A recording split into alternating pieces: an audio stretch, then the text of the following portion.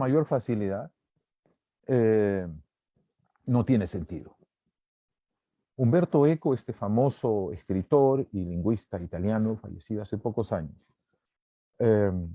escribió una vez un artículo llamado ¿Para qué sirve el profesor?, donde él recogía una anécdota de un estudiante que en una escuela italiana había cuestionado a su maestro y le había dicho: profesor, le dice, ¿no? Ahora que hay internet, ¿usted para qué sirve? Y entonces lo que Eco dice es, bueno, dice, yo en el colegio estudié historia y geografía italiana, los profesores me explicaron, ¿no? Con detalle cómo era Italia, cómo había sido Italia, cómo estaba constituido el suelo, los fenómenos geográficos en Italia. Pero hoy en día, esa información yo la tengo en un USB. Tengo videos, tengo páginas interactivas que me enseñan historia y geografía italiana con mucho mayor profundidad, con más detalle, de una manera mucho más amena, más visual y más rápido. Entonces, si yo voy a ir al colegio para que me enseñen historia y geografía italiana, la misma que yo puedo aprender por otros medios, entonces la pregunta de este muchacho tiene razón. ¿Para qué sirve el profesor? Si es para entregar información, no lo necesito. Pero Umberto Eco dice otra cosa. Es evidente que para eso ya no tiene función el maestro. Hoy no. Para lo que sí tiene función es para algo que el Internet no le puede ofrecer a los muchachos, que es aprender a pensar. Porque claro, la información que circula es muy variada. ¿Cómo puedo discernir yo qué información es válida y cuál es no? Tengo criterios para distinguir la información confiable de la no confiable. Tengo habilidad para poder encontrar información explícita o no explícita en una diversidad de textos para ubicar precisamente la que necesito. Tengo capacidad de síntesis, tengo capacidad de análisis crítico, puedo hacer comparaciones entre textos parecidos que tienen información semejante pero que me dan datos diferentes. Puedo hacer inferencias de manera lógica. Puedo dar sustento argumentativo a las afirmaciones que hago. Eso no te lo va a enseñar Internet, dice Umberto Eco, eso te lo tiene que enseñar el profesor.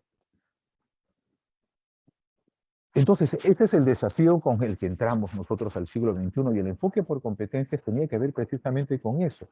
Cómo esta generación, la generación que ahora llamamos la generación del Bicentenario, los niños, los adolescentes, los jóvenes de hoy, tienen derecho a una educación que los prepare para enfrentar el mundo de hoy, no el mundo en el que vivimos nosotros, los adultos. Y el mundo de hoy no necesita una generación de repetidores que se han metido en la cabeza mucha información y que están en capacidad de recitarla de manera textual. Necesita gente que sepa pensar, que sepa resolver problemas, que sepa enfrentar desafíos de manera autónoma. Esto es lo que necesita. Los problemas que estamos enfrentando hoy a nivel social, político, económico, científico, cultural, necesitan una generación con cabeza propia, con autonomía, con capacidad de moverse en escenarios sumamente volátiles, cambiantes, desestructurados. Y entonces, por lo tanto, una educación que persiste en entregar información a los estudiantes, porque está convencida que esa es su tarea, que esa es su misión. Es una educación que está inhabilitando a esta generación para desempeñarse en el mundo de hoy. La está condenando al desempleo, la está condenando al fracaso. Entonces es por eso que los currículos dijeron, no, ahora necesitamos nosotros apostar por otro tipo de aprendizajes. Necesitamos que las generaciones actuales aprendan a usar el conocimiento de una manera reflexiva, no a repetirlo, sino a utilizarlo de una manera reflexiva. Y entonces la metodología de proyectos empieza a aparecer en la agenda de los maestros en la década de los 90. No se inventa en la década de los 90, la metodología de proyectos tiene una tradición, ¿no es cierto?, muy interesante que empieza a inicios del siglo XIX. A lo largo, perdón, a inicios del siglo XX, cuando John Dewey formula su teoría del aprendizaje experiencial, lo que dice es, a ver, señores, dice, ¿no? En polémica con el legado pedagógico del siglo XIX, John Dewey dice, la humanidad ha logrado cosechar conocimientos importantes gracias a la experiencia, porque hemos enfrentado experiencias muy diversas que nos han dejado lecciones muy importantes, y estas lecciones han enriquecido nuestra manera de actuar en el mundo. Nos hemos equivocado, nos hemos tropezado, nos hemos caído, nos hemos levantado. La experiencia ha sido siempre, desde que aprendimos a caminar erguidos, la matriz generadora de conocimiento. Pero lo que yo no entiendo, decía John Dewey, lo que yo no entiendo es por qué en las escuelas los muchachos no aprenden a partir de experiencias, aprenden a partir de ideas. Un profesor que les entrega ideas, información, principios, teorías, enfoques, pero que no les proporciona experiencias que ellos puedan, con las que ellos se puedan confrontar, que ellos puedan analizar, que ellos puedan discutir, que ellos puedan investigar, que ellos puedan resolver. Entonces, John Dewey dice, no, necesitamos nosotros que en las escuelas los muchachos, las muchachas aprendan a partir de la experiencia. Pero no de la experiencia a secas, sino de una experiencia que tenga la posibilidad de reflexionar y sobre la que puedan actuar de forma autónoma. Estas ideas de John Dewey son las que dan origen a estas dos metodologías primas hermanas, que son el aprendizaje basado en problemas y el aprendizaje basado en proyectos. ¿Sí? Y tienen un recorrido, estas dos metodologías tienen un recorrido a lo largo del siglo XX, ¿no? Los primeros en agarrar, digamos, con interés estas metodologías fue en educación superior, pero tuvieron una trayectoria en la educación escolar también, que ha ido evolucionando, se ha ido sistematizando, ha ido madurando a lo largo de las décadas, y que con las reformas curriculares del de fines del siglo XX, estas metodologías cobran preponderancia. Sin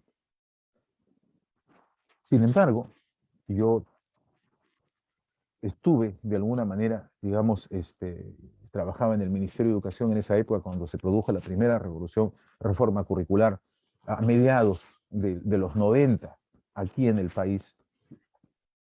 Y cuando llega la metodología de proyectos, mis colegas entendieron que se trataba de un método de planificación y se sacaron folletos diciendo cómo se planifica con proyectos.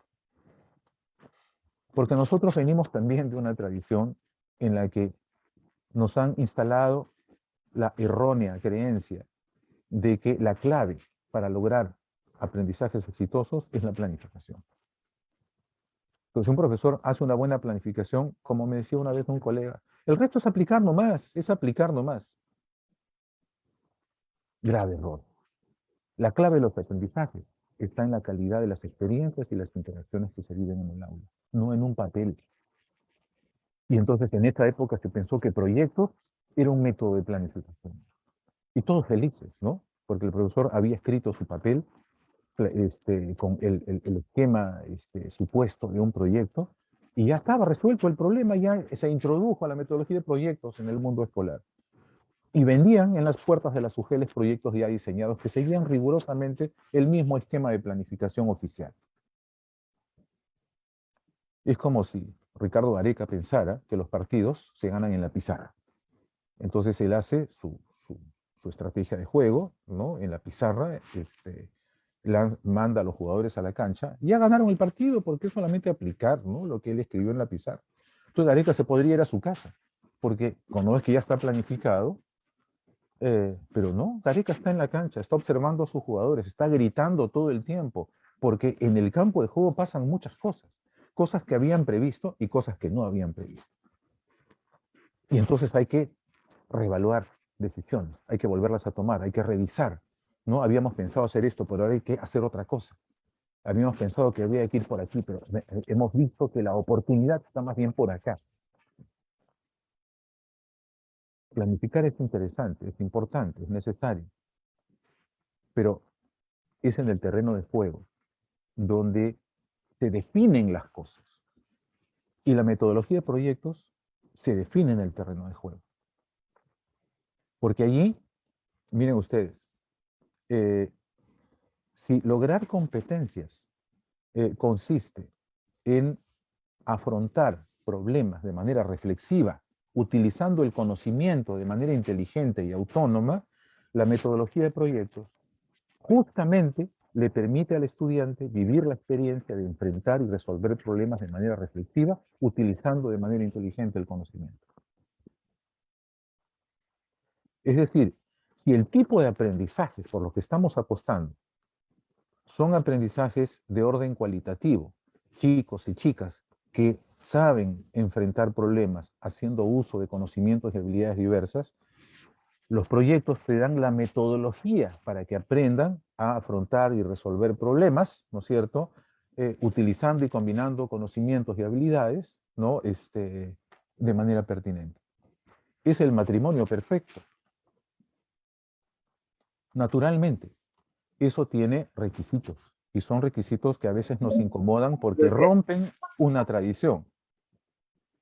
El requisito es que la experiencia de afrontar y resolver problemas esté diseñada por los estudiantes, no por el profesor. Y que represente el problema un reto a su capacidad de pensar. Si la experiencia no interesa al chico, no estimula su pensamiento crítico y no le permite tomar sus propias decisiones, entonces no es un proyecto. Yo veo que circulan muchos proyectos que están hechos por el profesor. Al milímetro, al detalle. Se plantea una situación, se plantea una pregunta, un producto, y luego hay una lista de actividades sumamente detalladas por el maestro. Cuando hacemos un proyecto de esa naturaleza, evidentemente ya dejó de ser un proyecto. Es como usted dijera, voy a hacer un ceviche de pescado, pero mire, el pescado no me gusta, me cae mal, así que le voy a poner chancho. Y el limón no es demasiado ácido, mejor le pongo naranja, ¿sí? Entonces hago un chancho a la naranja, pero le llamo ceviche. No, pues ya no es ceviche, ¿no? Si tú cambias las cosas esenciales de una metodología, esa metodología perdió su significado, dejó de ser lo que es. Los proyectos los diseñan los estudiantes, las actividades las diseñan los estudiantes. ¿Y en base a qué? A un análisis absolutamente profundo del problema planteado. Y eso tiene también un requisito, y es que lo que yo plantee sea un problema. Porque si lo que yo planteo como factor desencadenante de un proyecto no es un problema, sino un tema, se acabó el proyecto, no hay proyecto. Como yo le contaba a algunos colegas el otro día, no me olvido yo de esto, decía, situación significativa, una abuelita está conversando con su nieta de que está lloviendo mucho, ¿no? Y entonces en una de esas están conversando que sí, que está lloviendo más que en otras épocas, sí, qué barbaridad como llueve, abuelita, ¿no? Y entonces de pronto a la niña le dice a la abuela, abuelita, ¿y por qué llueve? Ah? ¿Por qué es que se produce la lluvia? Y la abuelita dice, una pregunta muy interesante, lo debes investigar. Ya, esa es la situación significativa. ¿Está planteando un problema? No, está planteando un tema, el tema de la lluvia. ¿Y qué es lo que quiere con el que plantea, el profesor que plantea una situación como esa? ¿Qué es lo que busca? Que la niña sepa cuál es el origen de la lluvia. Es decir, un conocimiento, ¿sí? O sea, no hay problema, no hay reto cognitivo, ¿no? Y después le va a proponer actividades, ¿no? Paso por paso, qué tiene que hacer para averiguar el origen de la lluvia, dónde tiene que buscar, qué tiene que dibujar, le va a plantear problemas matemáticos relacionados con la lluvia, ¿no? Le va a plantear hasta ejercicios físicos que tengan algo que ver con la lluvia. Eso no es un proyecto. Eso no reta a los estudiantes a pensar. Eso es instrucción programada. Eso es una secuencia de instrucciones diseñada por el adulto para que el niño las obedezca y las cumpla al pie de la letra. Eso no tiene nada que ver con la metodología de proyecto. Yo sé que eso para muchos colegas les representa un problema porque sé que les exigen que su planificación tiene que estar detalladísima y entonces tiene que poner exactamente qué es lo que tiene que hacer el chico, cuántas veces tiene que respirar cada minuto. Bueno, si quieren que los proyectos se diseñen así, no les llamen proyectos, ¿sí? Porque eso no es un proyecto. Aquí, ni en ningún país del mundo, eso no tiene sustento, en ningún libro de pedagogía, ningún autor les va a dar fundamento a una cosa como esa. Versiones sobre la metodología hay muchas, pueden revisar, la bibliografía es muy vasta y muy rica, pero en ningún autor, ninguna investigación sobre esta metodología, que hay muchas, va a decirles que los proyectos los diseña el profesor. Pero eso supone, insisto, ¿no?, que el proyecto parta de un problema y de un producto que de verdad rete la capacidad de pensar de los chicos, cuya respuesta no está escrita en ninguna parte, que el estudiante la tenga que descubrir, la tenga que construir.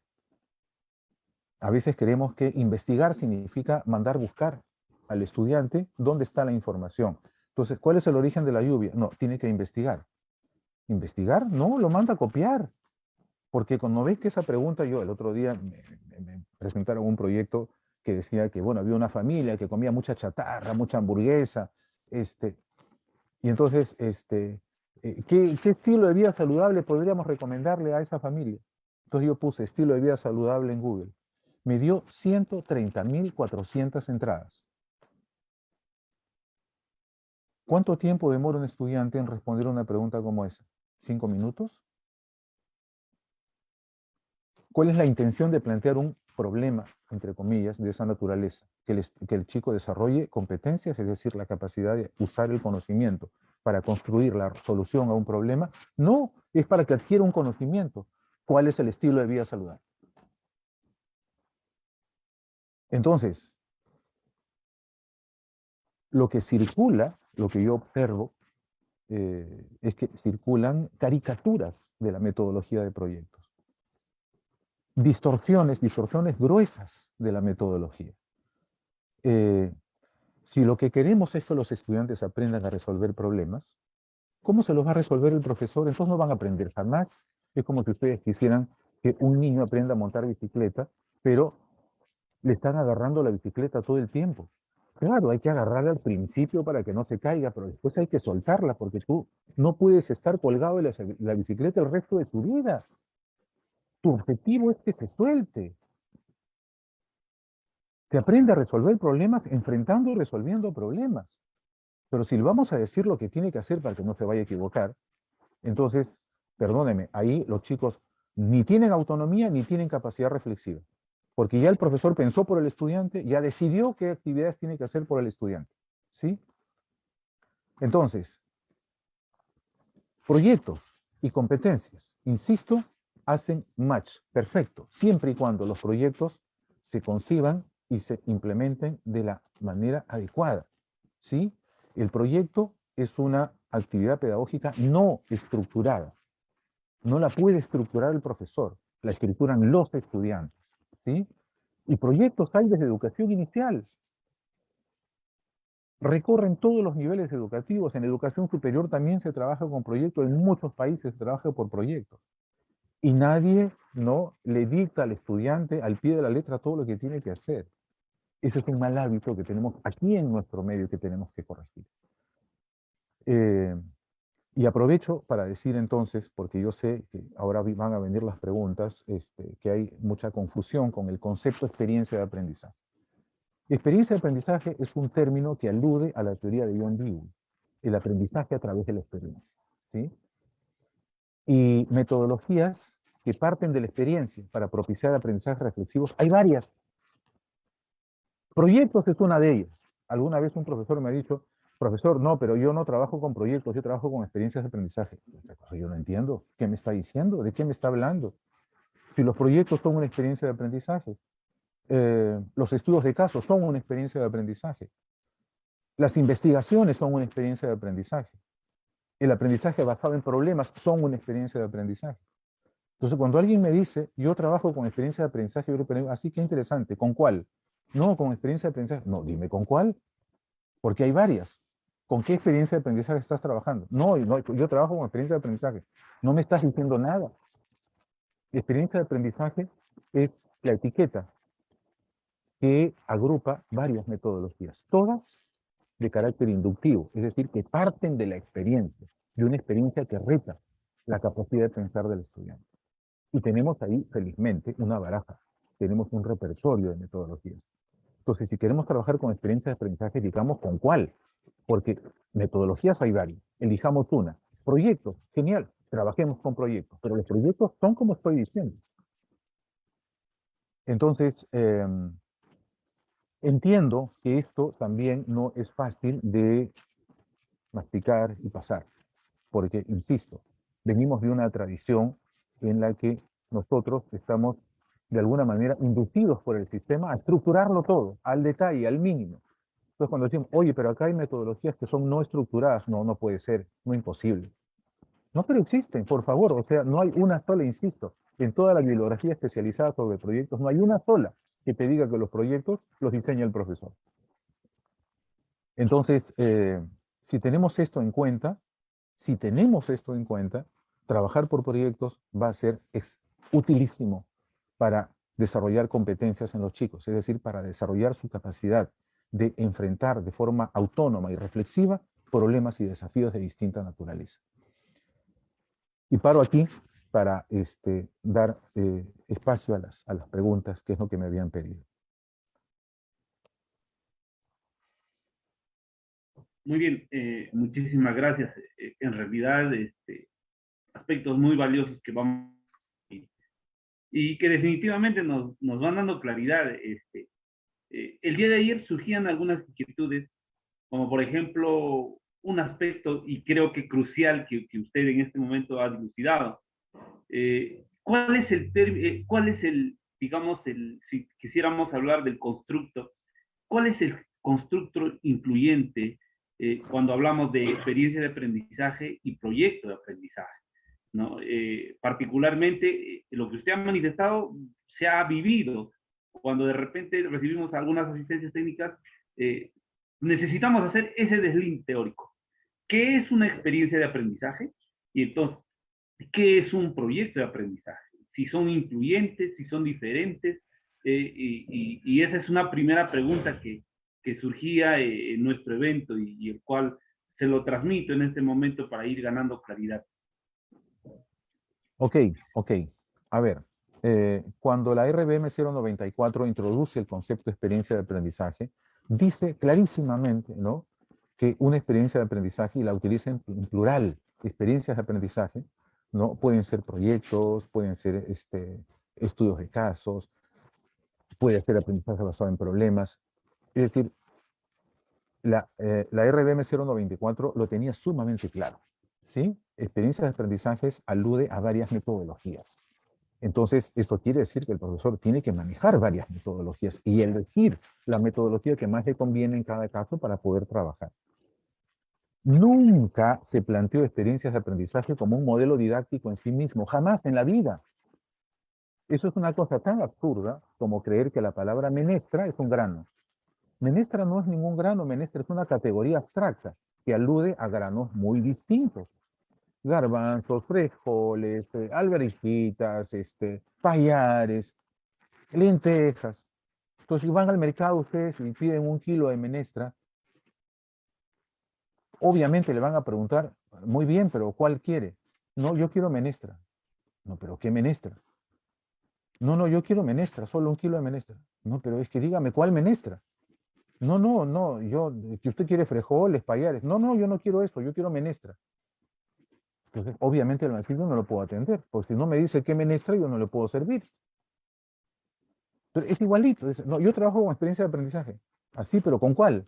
No, yo trabajo con experiencia de aprendizaje. Sí, pero ¿con qué experiencia? En fin, porque hay varias metodologías que son experiencias de aprendizaje. No, yo trabajo con experiencia, es así de ilógico. Es como también yo le decía a unos colegas ayer, como ustedes dicen, yo tengo un mamífero de mascota en la casa que duerme en mi cama. Ah, usted tiene un mamífero en la casa de mascota. ¿Y cuál, ah? No, un mamífero. Pero dígame cuál. No, yo tengo un mamífero. Pero dígame, ¿tiene un perro, un gato? No, es un mamífero. Perro, gato, no. Eso es diferente. Yo tengo un mamífero. ¿Así? ¿Pero tiene un elefante, un ratón, una cabra, un caballo? ¿Qué mamífero tiene? No, yo tengo un mamífero. ¿Cómo le podemos dar vida a una categoría? A una categoría, o sea, teoría de conjuntos, estimados colegas, teoría de conjuntos. Mamífero es el nombre de un conjunto que tiene elementos con similares características. Menestras es una categoría que agrupa un conjunto de elementos que tiene similares características. Experiencia de aprendizaje es una categoría que agrupa metodologías que tienen similares características. No es una metodología en sí misma, no es un formato de planificación, no es un modelo didáctico. Yo no sé por qué lo han convertido en una cosa como esa. Eso no tiene sustento en ninguna parte. Entonces, una experiencia de aprendizaje significa una metodología que parte de la experiencia, que proporciona experiencias a los estudiantes, que los inducen a la reflexión, a la investigación y que le demandan autonomía. A eso se refiere. Y para eso hay varias. Miren las orientaciones pedagógicas del currículo nacional. ¿Sí? En la página 137. Allí dice, para desarrollar competencias se puede trabajar con aprendizaje basado en problemas, se puede trabajar con proyectos, se puede trabajar con estudios de casos, entre otras. Lo dice el currículo. Por eso es que la 094 recoge las orientaciones pedagógicas del currículo y les proporciona al profesor un abanico. Pero dice, vamos a llamarle a todo esto experiencias de aprendizaje. Pero yo no sé, alguien leyó mal, entendió mal y creyó que experiencia de aprendizaje era un método oficial de planificación. Gravísimo error que yo lamento profundamente que se haya viralizado, se ha extendido por todas partes. Ahora, yo cuando trabajo con profesores de todas las regiones me dicen que los obligan a planificar con experiencias de aprendizaje. ¿Pero con cuál? No, con experiencia de aprendizaje. Y le han dado una estructura, han creado un formulario. Entonces, miren, en algún momento yo ruego al cielo, ¿no?, que tomemos conciencia de este gravísimo error. Un proyecto es una experiencia de aprendizaje, ¿sí? No es la única, ¿no? Yo quiero hacer una investigación, eso también es una experiencia de aprendizaje. Quiero hacer un estudio de casos, eso es una experiencia de aprendizaje. Quiero trabajar con el aprendizaje basado en simulación, que también existe, que es extremadamente útil, eso también es una experiencia de aprendizaje. ¿Por qué? Porque son metodologías que parten de experiencias que retan al estudiante su capacidad de pensar, que demandan investigación y que requieren autonomía. Estas son las características comunes. Pero estas metodologías tienen también características diferentes y por lo tanto no se planifican igual. Es como decirle a los médicos, ¿no es cierto?, que todas las recetas que le dé a sus pacientes tienen que ser las mismas. Y el Ministerio de Salud le da la receta oficial. O sea, no tiene sentido. El médico tiene que recetar en función de las necesidades y para eso tiene los conocimientos médicos para saber qué es lo que conviene en cada caso. No puede venir el Ministerio de Salud a decirle, no, la manera oficial, la receta oficial es esta. Entonces, estamos en esa confusión. Yo, como digo, ruego a todos los santos que en algún momento logremos tomar distancia de esta confusión. Muy bien, muchísimas gracias. En realidad, eso nos va a ayudar. En este momento, por ejemplo, quienes estamos en este espacio, somos especialistas de las unidades de gestión educativa local de la región Anca. Entonces, eso que usted nos menciona en este momento nos ayuda muchísimo a que cada uno de nuestros territorios reorientemos esa terminología que se está manejando. Pero surge otra inquietud y a raíz de lo que usted nos ha planteado. Entonces, un proyecto de aprendizaje, una experiencia de aprendizaje desarrollada en digamos, en un método basado en aprendizaje, basado en problemas, por ejemplo, se me ocurre, ¿cómo tiene que ser llevado a la planificación? Porque y ahí está digamos, la gran demanda de nuestros colegas, ¿no? Ya, muy bien, yo planifico un proyecto, pero ¿cómo lo llevo a esos documentos? A usted mencionaba a los papeles, ¿no? A la parte administrativa, porque sí o sí los tienen que tener. Entonces, ahí hay otra disyuntiva también que nos gustaría ganar claridad, estimado Luis Guerrero. Muy bien. A ver, miren. La clave de una buena enseñanza está en el manejo de un repertorio metodológico. No es posible que el profesor crea, imagine, suponga que todo se aprende de una misma manera. Para eso la didáctica te ofrece una gran cantidad de recursos. Entonces, hay metodologías de carácter inductivo como las que yo he mencionado y que podrían agruparse bajo la etiqueta de experiencias de aprendizaje. Pero hay otro tipo de metodologías también. Nosotros y tenemos bastante familiaridad con ellas. Ustedes agarran, por ejemplo, las rutas de aprendizaje. Esas son metodologías más acotadas, ¿no? Que plantean secuencias didácticas específicas y que se trabajan en sesiones más breves, ¿sí? Tanto en matemática, en comunicación, en ciencias. Perfecto, eso se puede seguir trabajando, claro que sí.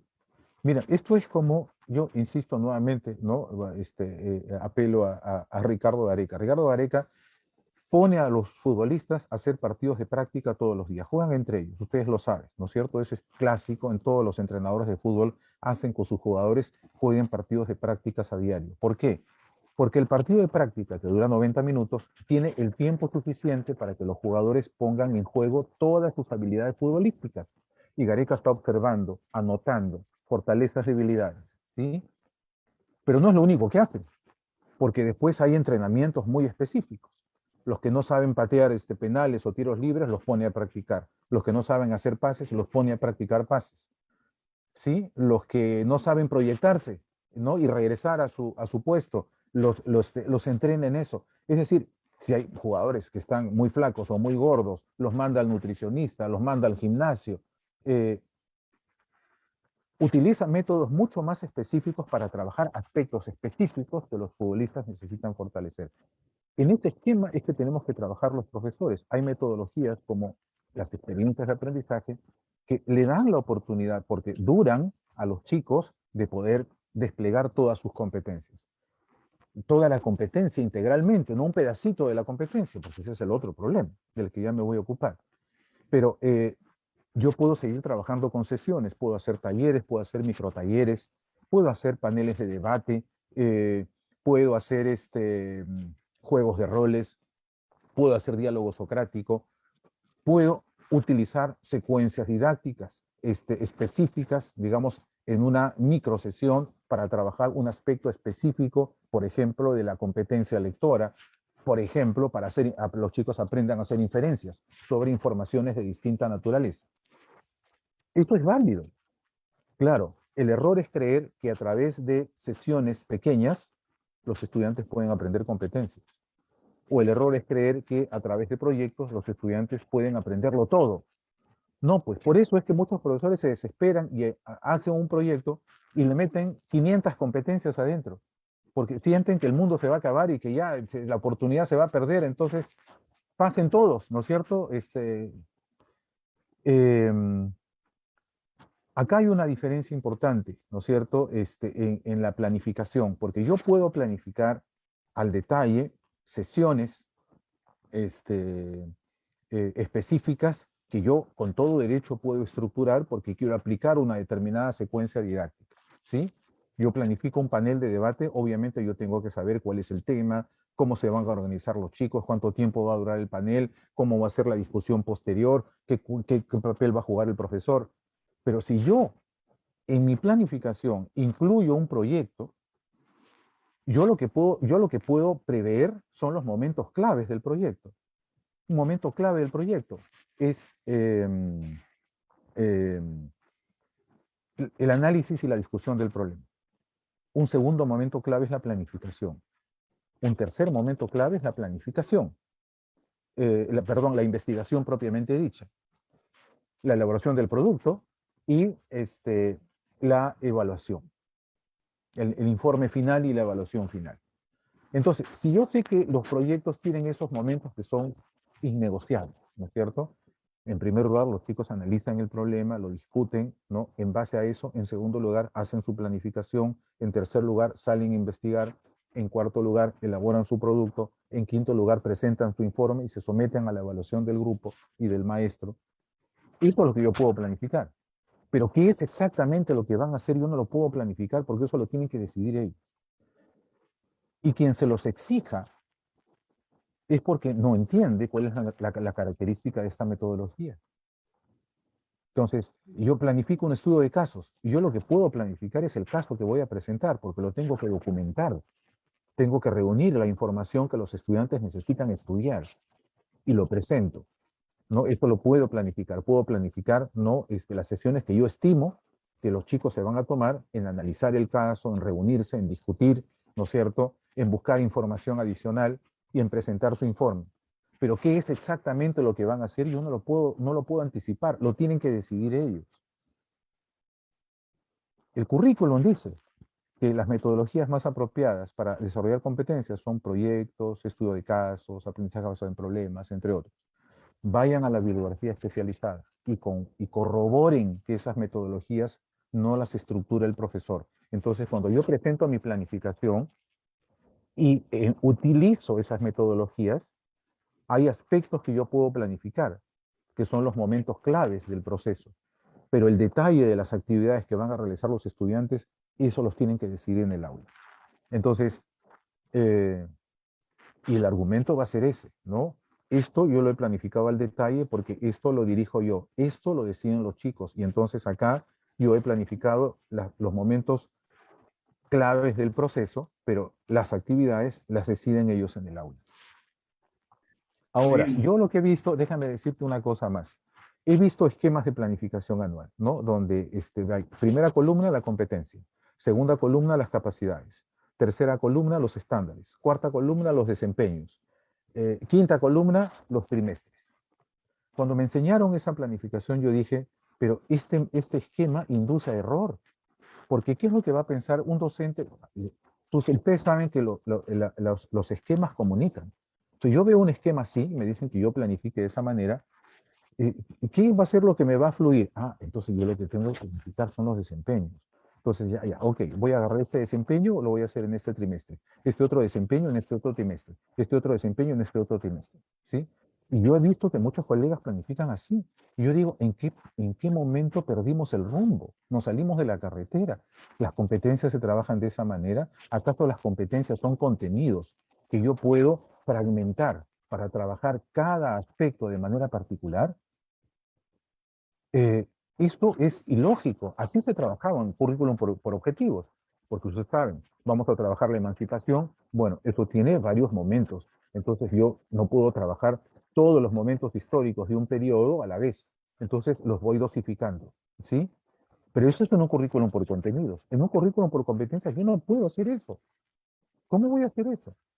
Un profesor me dijo, profesor, para trabajar la competencia de indaga, utilizando el método científico, tiene 5 capacidades. Tengo que hacer 5 sesiones, ¿no es cierto? Una por cada capacidad. No, profesor, le digo, ¿por qué me ha dicho eso? La competencia de indaga supone que el chico tiene que aprender a investigar. Póngalo a investigar. ¿Cómo va a trabajar una capacidad, una sesión por capacidad? Eso es porque el profesor cree que las capacidades son contenidos. Entonces yo hago una sesión para enseñar cómo se formula un problema. Hago otra sesión para enseñar cómo se planifica. Hago otra sesión para enseñar cómo se investiga. Hago otra sesión para enseñar cómo se analiza la información. No es así, pues. Estamos traduciendo mal el currículum como si fuera un currículum por contenidos.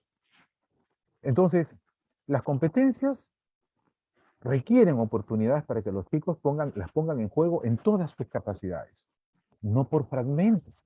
Entonces, ese esquema de planificación me induce a fragmentar, me induce al error, ¿sí? Y esas son las cosas que creo que en materia de planificación merecen una mayor discusión. Ok, muchísimas gracias. Mire, y en función de lo que nos menciona, surgen algunas preguntas, por ejemplo, ¿no? Digamos, cuando usted menciona, por ejemplo, de que ocurre eso en realidad en nuestras instituciones educativas, en este momento, cuando uno le habla al colega de proyectos, ¿ya? Se está pensando en que todas las competencias tienen que articularse a un proyecto, ¿no? Entonces viene el cargamontón. Y entonces viene la inquietud. En educación secundaria es peor, es mucho más complejo, porque surge el tema de los horarios escolares. Cada maestro, cada docente tiene un horario de intervención en la escuela y entonces como que se torna inviable los proyectos. ¿Podría compartirnos algunas alternativas, algunas formas o maneras de poder implementar ya en el aula los proyectos articulados en las que Claro, no todas las competencias, sino algunas podrían integrarse? claro, profesor, por supuesto, con mucho gusto. Miren ustedes, se lo voy a explicar poniendo un ejemplo. Miren, el método de proyectos tuvo, digamos, un momento cumbre, digamos, de reflexión, sistematización pedagógica a mediados del siglo XX en dos facultades de medicina, una en Estados Unidos, la otra en Canadá. Los estudiantes, los profesores, descubrieron que a través de la metodología de proyectos, los estudiantes de medicina podían articular conocimientos de las distintas áreas médicas, ¿no? Del currículum de formación médica. Eh, y entonces era perfecto, porque cuando se enfrentaban determinados casos, eh, obviamente el médico tenía que apelar a conocimientos de más de un campo. Entonces, yo les voy a poner el siguiente ejemplo. Imagínense ustedes que eh, estamos en una facultad de medicina, entonces llega un paciente con, como hay en Estados Unidos estos hospitales de investigación, ¿no es cierto? Donde en el hospital hay una facultad de medicina y los estudiantes trabajan con casos reales. Llega un paciente con el tobillo roto, se ha roto el tobillo, ok. Entonces se reúnen los estudiantes y entonces le dicen, el profesor les dice, muy bien, a ver, hagan el diagnóstico y digan qué tratamiento hay que hacer a esta persona. Y entonces dicen, bueno, acá necesitamos conocimientos de traumatología, obviamente, porque se ha roto el hueso, ¿no? Se ha dañado la piel, ¿no? De una manera feroz, necesitamos dermatología. Eh, la sangre parece que está empezando a gangrenarse, necesitamos conocimientos de hematología también. Ya, son las tres áreas médicas que van a ser necesarias para hacer un buen diagnóstico y un buen tratamiento. Ahora imaginen que el profesor les dice, nada más que esas tres, ¿cómo? Y oftalmología, y el estudiante le dice, oftalmología, doctor, ¿cómo? Pero si no se ha hecho nada en el ojo, se ha roto el tobillo. No, pero oftalmología no puede quedarse afuera. Odontología tampoco están incluyendo. Pero odontología no entra acá, doctor. Si se ha roto el tobillo, los dientes los tiene bien. No, no, no, es que no puedes dejar afuera odontología. También me meten gastroenterología. Gastroenterología, pero si en el estómago no tiene nada, se ha roto el pie. No, es que no pueden dejar esas áreas afuera. Aquí hay que articular. Tienen que meter gastroenterología también. Ah, otorrinolaringología. Esa área también me la incluyen. Pero doctor, si no tiene nada en los oídos, ¿por qué le voy a... No nos es útil, no tienen que incluirla, porque acá hay que articular. Y entonces obligan a los estudiantes, ¿no? A inventar síntomas al paciente para que puedan calzar, ¿no? Estas otras áreas médicas. Es así de absurdo, ¿sí? La articulación no es una orden militar. Bueno, ahora todos se articulan. La articulación nace de la necesidad de un problema. Si el problema necesita conocimientos y habilidades de dos o tres áreas, esas son las que entran. Pero ¿y el de matemáticas se va a enojar? ¿Cómo no va a entrar? Porque no se necesitan matemáticas para resolver este problema. No, pero algo hay que hacer para que entre matemáticas. No se va a hacer cuando ustedes se enfrentan a un problema en la vida, en cualquier orden de cosas, en la familia, en la calle, con sus amigos, en el trabajo. Ustedes inmediatamente calibran el problema de qué se trata y más o menos qué cosa es lo que tienen que hacer para resolverlo. Ahora imagínense que alguien le dice, oye, pero ¿y por qué no haces tal y tal cosa? Y ustedes dicen, eso, pero eso no tiene nada que ver. ¿Por qué voy a hacer eso? No, pero es que hay que integrar cosas. Pero es que lo que tú me estás pidiendo que haga no tiene nada que ver con el problema que estoy enfrentando. ¿Para qué voy a hacer esto? Me va a distraer. No, no, es que hay que integrar, hay que articular. Ustedes no hacen eso. Ustedes hacen lo que es estrictamente necesario para entender y resolver el problema que están enfrentando. Entonces, con esa lógica tan elemental, tenemos nosotros que diseñar los proyectos. Si el problema requiere actividades para las cuales el estudiante necesita poner en juego competencias comunicativas, matemáticas y científicas, esas son las que entran. Oiga, pero educación física, perdónenme, pero eso no tiene nada que ver con el problema. No entra acá, ¿no es cierto? Ok, pero o sea, la articulación, el concepto de articulación tiene que ver con el concepto de interdisciplinariedad. Como yo combino conocimientos de distintas disciplinas para poder entender un problema, porque el problema sí me lo demanda. No es por una decisión externa, sino es por la necesidad del problema que yo decido qué es lo que tengo que articular. ¿Sí? Ahora, muchos me dicen, profesor, ¿y entonces qué va a pasar con las competencias que no entran? ¿No? Entonces ya no se van a poder trabajar. Pero, una vez más, ¿por qué creemos que el proyecto es lo único que se puede hacer en el aula y no se pueden hacer otras actividades?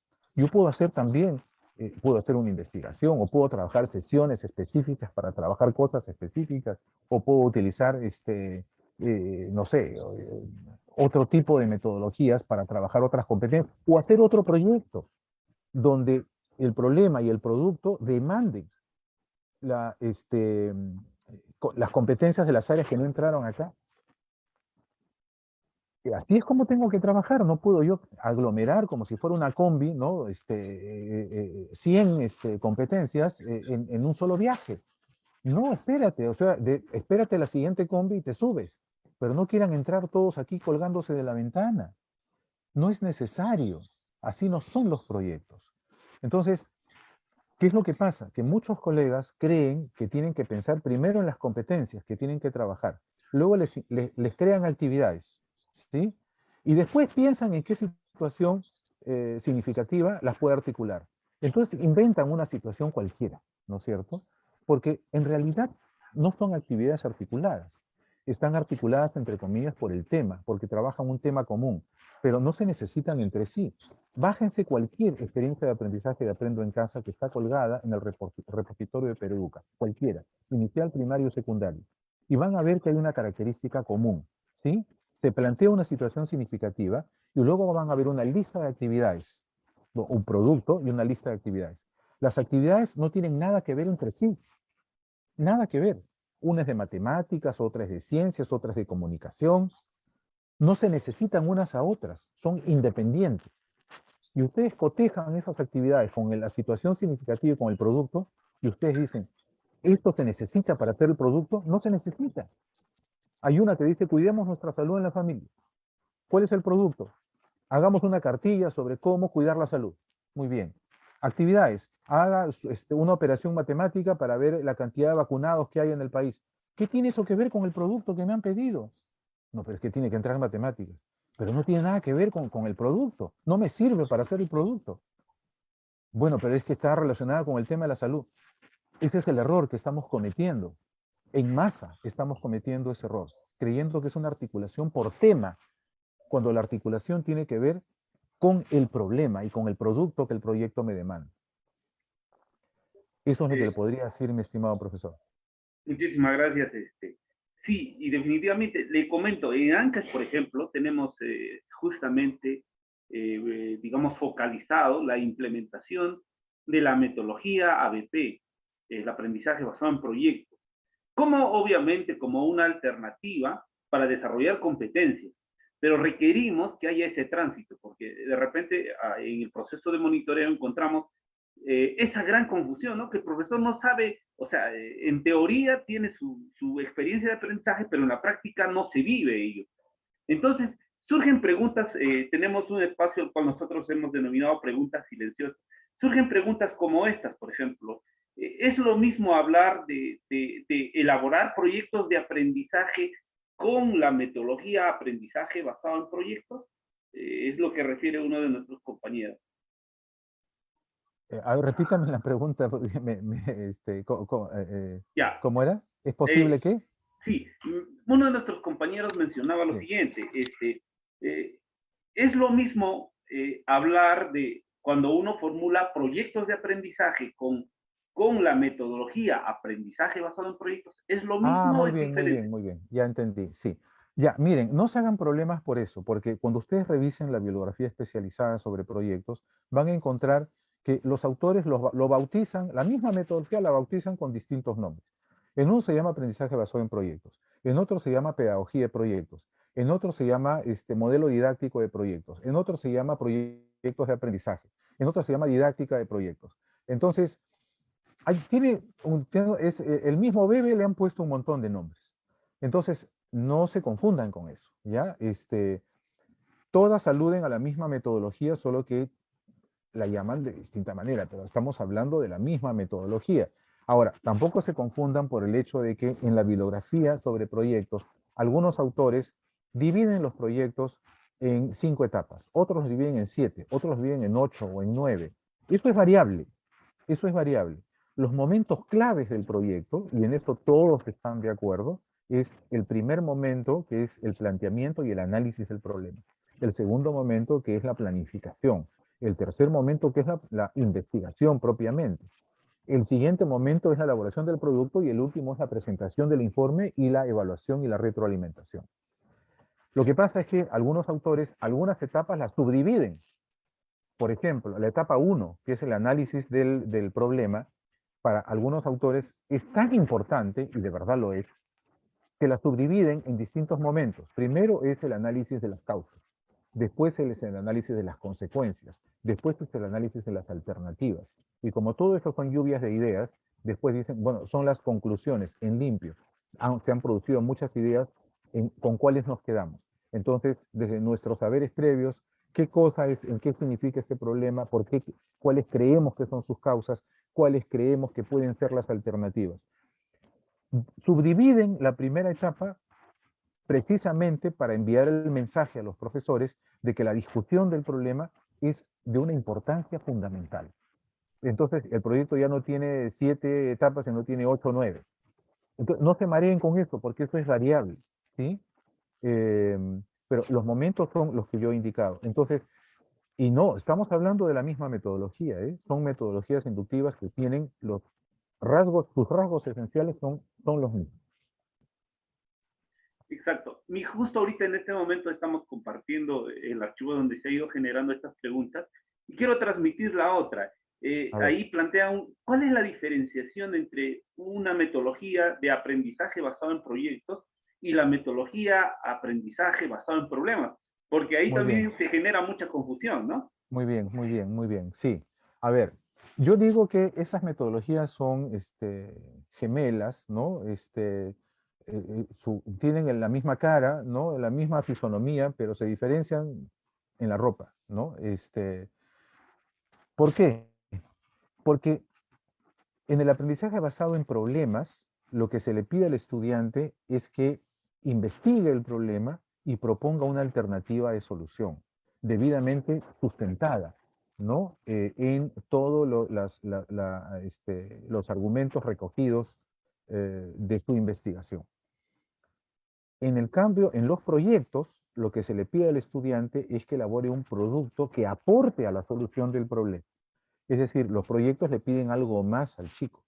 No le piden solamente que visualice la solución, sino que haga algo que ayude a resolver el problema. Les pongo un ejemplo. Un profesor me presentó una vez una propuesta de proyecto que consistía más o menos en lo siguiente, ¿no? En las partes altas de uno de los cerros que hay a los alrededores de Lima, hay neblina baja casi todo el año, ¿sí? Entonces hay muchísima humedad, ¿no? Todas las mañanas amanecen las ventanas llenas de gotas de rocío, la humedad es altísima, quizás 100%, ¿sí? Paradójicamente, en esa zona no hay agua potable. Entonces pasan camiones cada cierto tiempo y los pobladores que viven en las partes altas tienen que bajar a recoger y a comprar agua.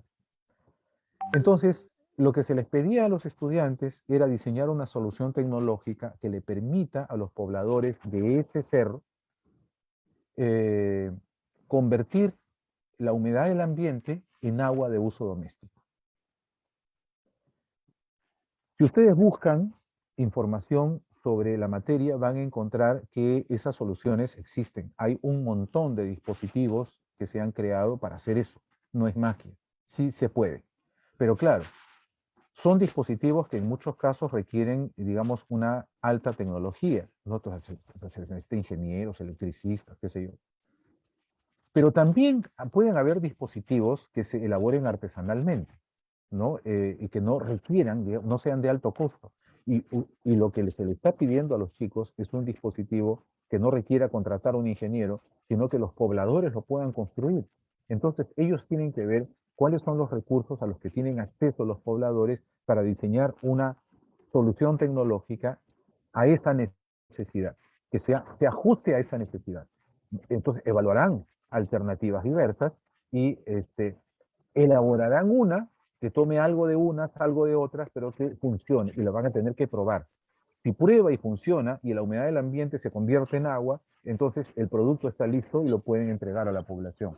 Eso es un producto, ¿no es cierto?, que no está resolviendo el problema del agua potable, pero está aportando una solución al problema. Pero Muy si yo bien. digo, por ejemplo, si yo digo,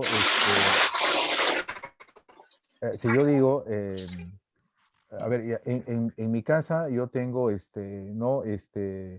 Una chica, una adolescente que tiene 3 hermanos varones, y la mamá, se ha abierto un micrófono, creo que está filtrándose la bulla, profesor Clever. Es una chica que es una adolescente que tiene 3 hermanos varones y la mamá siempre la jala a la chica para que prepare la comida, le sirva a sus hermanos, ¿no? Recoja los platos, los lave, ¿no? Y la chica está harta porque los otros se van de fiesta, no hacen nada, ¿no? Porque son hombres. Entonces, ¿qué cosa le podrían recomendar a esta muchacha, ¿no? Para que logre una distribución más equitativa de tareas en esa familia? Ya, ahí no están pidiendo un producto, están pidiendo una alternativa, ¿no? ¿Qué se le puede decir? Que si ustedes estuvieran en el pellejo de esa muchacha, ¿qué cosa es lo que podrían hacer? Planteen una alternativa y fundamenten, ¿no? Tengo que yo investigar varias cosas, ¿no es cierto? De qué clase de familia es, qué aliados puede tener la chica dentro de la familia, ¿no? Cuáles son las tareas que realiza rutinariamente para proponer alternativas razonables, y probablemente los grupos en la clase diseñen propuestas distintas. Eh, Este es un caso de aprendizaje basado en problemas, ¿no? La metodología es muy similar porque tienen que analizar el problema, tienen que planificar actividades que les den más información, que les permitan construir una solución, una respuesta. Tienen en un caso que elaborar la alternativa, en otro caso tienen que elaborar el producto, y luego lo tienen que presentar y someter a evaluación. Pero el resultado es distinto. Ahora, algunos profesores me dicen, pero ¿cómo no va a tener producto, profesor? El otro también es un producto. Claro, porque nos hemos acostumbrado nosotros a llamar producto a cualquier cosa, ¿no es cierto? Pero si hablamos las cosas con propiedad, ¿no? En este caso, el producto es un artefacto que se construye, ¿no? Es una construcción deliberada en la que se emplean conocimientos y habilidades diversas. En el otro caso, no es una cosa tangible, ¿no? Sino que es una solución, ¿no? Es una propuesta de solución que está debidamente sustentada. Claro que tienen que hacer un informe, por supuesto, ¿no? Entonces, ese es el producto, profesor. Bueno, llámenle producto si quieren, pero, digamos, si queremos hablar con propiedad, eso no equivale al producto de una metodología de proyectos, ¿no? Lo que no quiere decir que tenga menos valor ni importancia, ¿no? Gracias. Existe otra pregunta, justo lo estoy procesando. Eh, Mire, en gran parte del país y en nuestra región también encontramos la característica de los profesores de que creen que al formular un proyecto debe haber una integración necesariamente de áreas. Entonces es algo que nosotros estamos tratando de romper y estamos hablando de la integración de competencias más bien, ¿no? En vez de áreas. Entonces, pero ocurre lo siguiente, que hay algunos colegas que dicen, bueno, yo puedo plantear desde mi área un proyecto de aprendizaje, puedo desarrollar la metodología de aprendizaje basado en proyectos, trabajando solo las competencias de un área, es la pregunta que surge en este momento. Perfecto, perfecto. Vamos a secundaria entonces, porque esa parte de su pregunta anterior no la abordé. A ver, el poder en secundaria tener un proyecto que articule competencias de más de un área supone evidentemente una concertación entre colegas. Ya. Pero miren, esto es una experiencia, digamos, este tipo de fenómenos es inusual, ¿no es cierto? Porque lo común es que el profesor de su área se enfoque en su área, ¿sí? Y no tiene nada que ver con el otro colega. Si se cruzan y se saludan, es casualidad. pero cada uno trabaja en lo suyo. Si vamos a entrar a una etapa en la cual se pueden formular proyectos en secundaria que articulen competencias, el requisito es que los profesores de las áreas que se van a sentar a concertar piensen en conjunto un problema que de verdad requiera las competencias de esas áreas. No es pensemos en las competencias que yo quiero trabajar y después inventamos un problema o una situación significativa. Por esa ruta nos desbarrancamos, nos salimos de la carretera.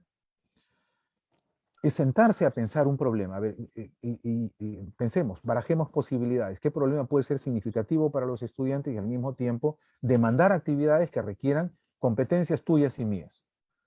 Sin forzar, sin forzar. Y entonces, claro, también me han preguntado, ¿y tienen que entrar todas las competencias de un área? Y yo respondo siempre lo mismo, pero depende del problema. Depende del problema. Si el problema lo demanda, sí. Si no lo demanda, no. De repente requiere competencias de producción de textos escritos, no requiere de comunicación oral. Entonces, ¿para qué la voy a meter? ¿No? Entonces, requiere la competencia de resolución de problemas de cantidad. Perfecto. Entonces, y las otras no entran porque no se requieren. Pero ¿y las otras cómo se van a trabajar? Se trabajan después con otra metodología, con otra actividad. Entonces, insisto, como esta concertación entre maestros de secundaria para diseñar un proyecto común es un fenómeno nuevo en el que no tenemos hábito, yo lo que le digo a los colegas es, aunque sea júntense de a dos, aunque sea júntense de a dos, y pueden juntarse de a tres muy bien, y piensen juntos un problema que de verdad demande sus competencias. No se sientan obligados a sentarse todos, a crear un megaproyecto donde todos entren, porque eso es artificial, eso es innecesario, ¿sí?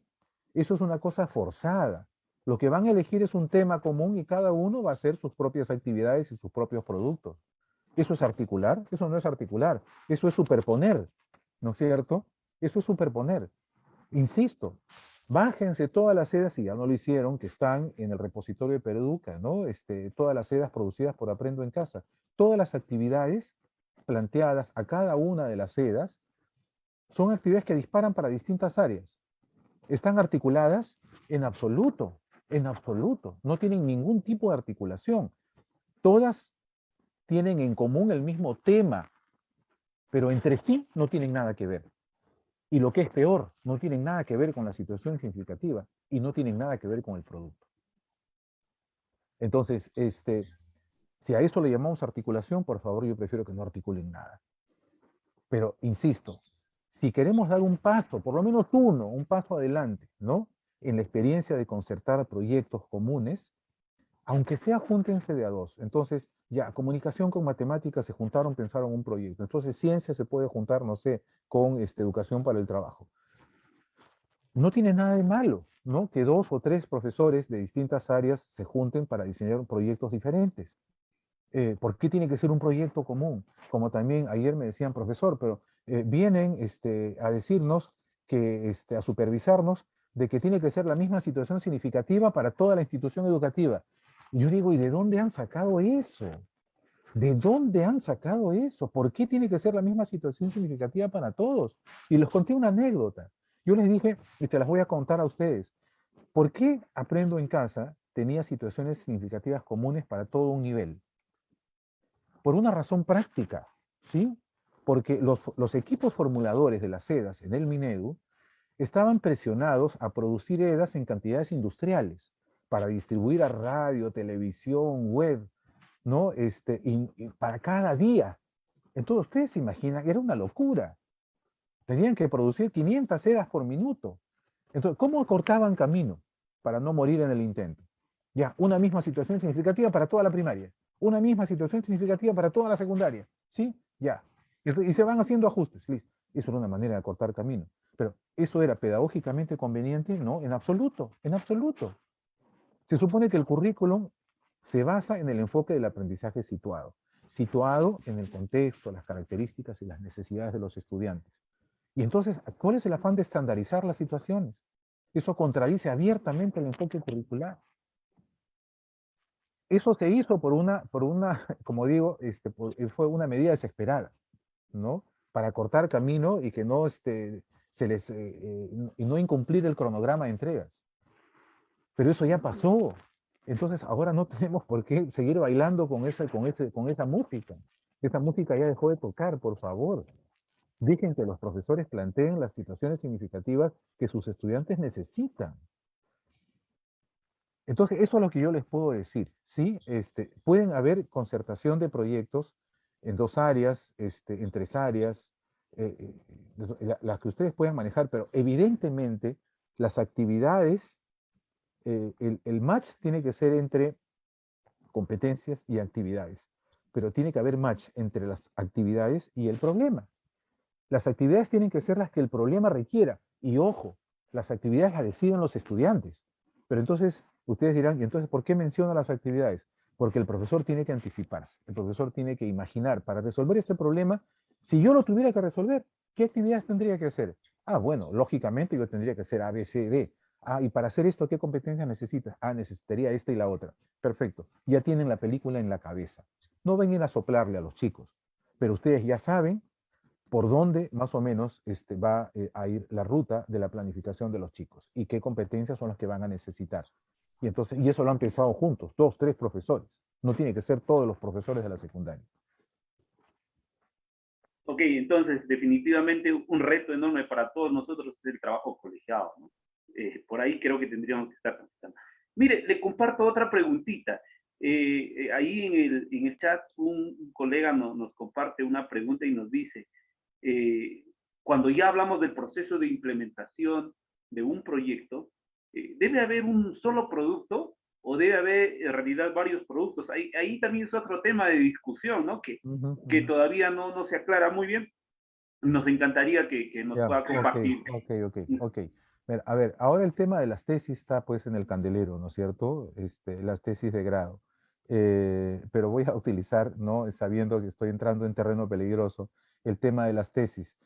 Cuando ustedes hacen una tesis, cuando ustedes hacen una tesis de verdad, ¿no? Y ustedes le presentan a su asesor su proyecto de tesis y se la presentan con 5 preguntas, ¿qué les dice su asesor?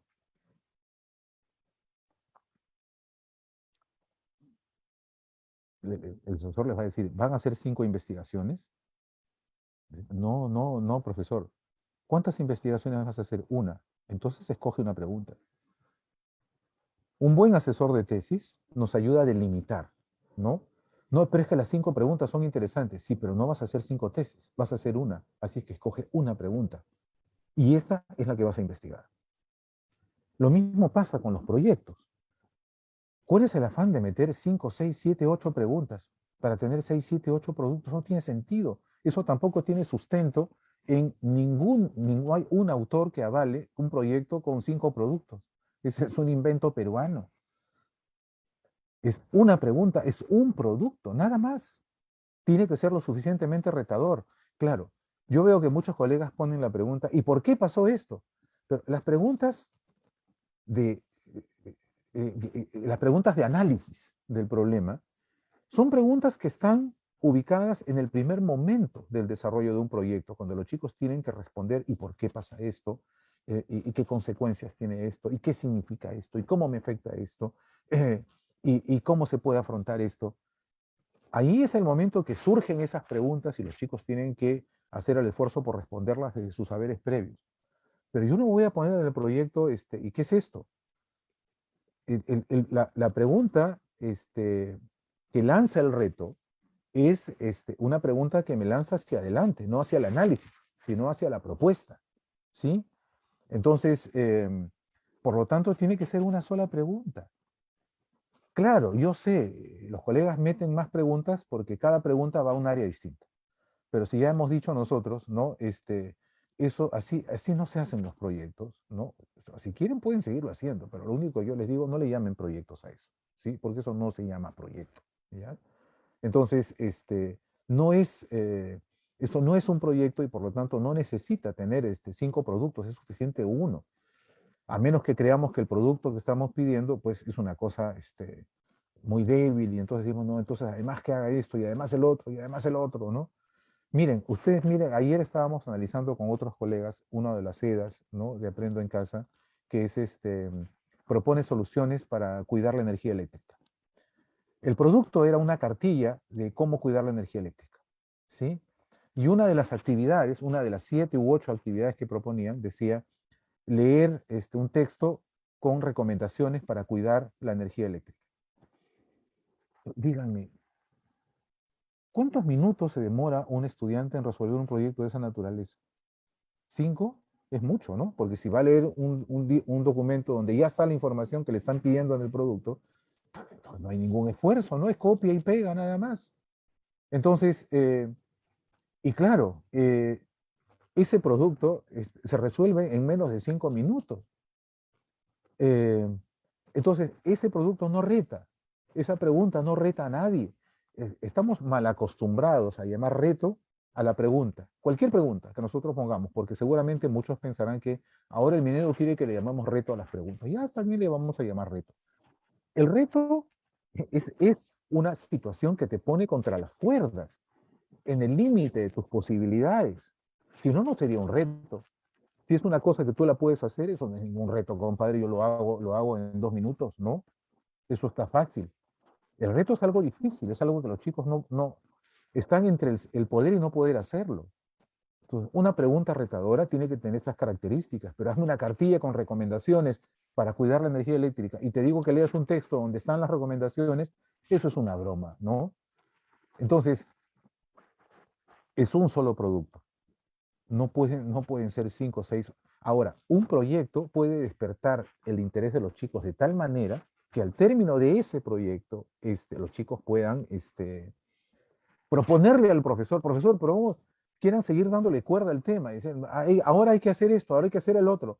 Es una oportunidad de oro para el profesor. Si están suficientemente motivados y el proyecto salió chévere, puede dar pie a hacer otras cosas. Pero a veces el profesor se anticipa y cree que el proyecto, además de esto, pueden hacer esto y esto, y por eso le pide un montón de productos. Entonces yo le digo a los colegas, pero vamos por partes. Este primer producto que tú has planteado es lo suficientemente retador como para justificar un proyecto. Lo otro, guarda, no quemes todas las municiones, guárdate eso. Eso puede dar motivo a otro proyecto. ¿Por qué quieres hacer 10 proyectos en uno?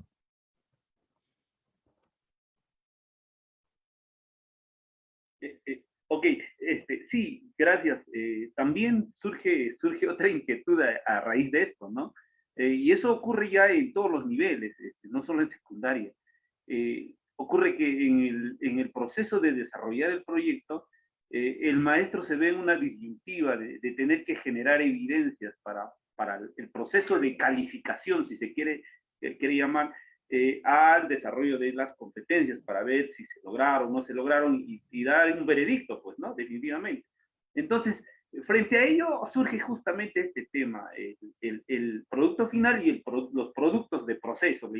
Bueno, los amigos del ministerio nos han incorporado eso en el lenguaje. Entonces, no sé, quisiera que nos pueda detallar ese Ya. aspecto, ¿no? Sí, sí, claro que sí. Sí he escuchado eso también. Y eso me parece también, perdónenme, pero me parece un error.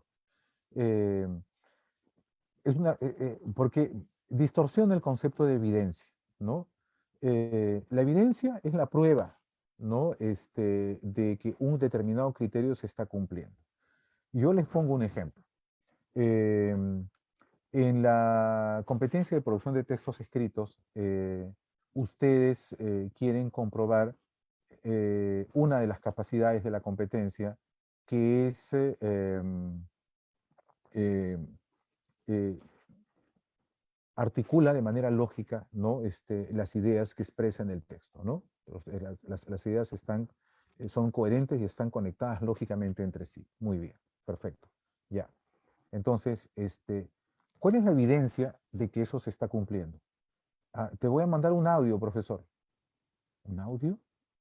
Perdóname, el audio no me sirve. Entonces te voy a mandar un video. No, el video tampoco me sirve de evidencia. Entonces te mando una foto. La foto tampoco me sirve de evidencia. ¿Qué me sirve de evidencia para comprobar que las ideas colocadas en el texto están articuladas lógicamente entre sí?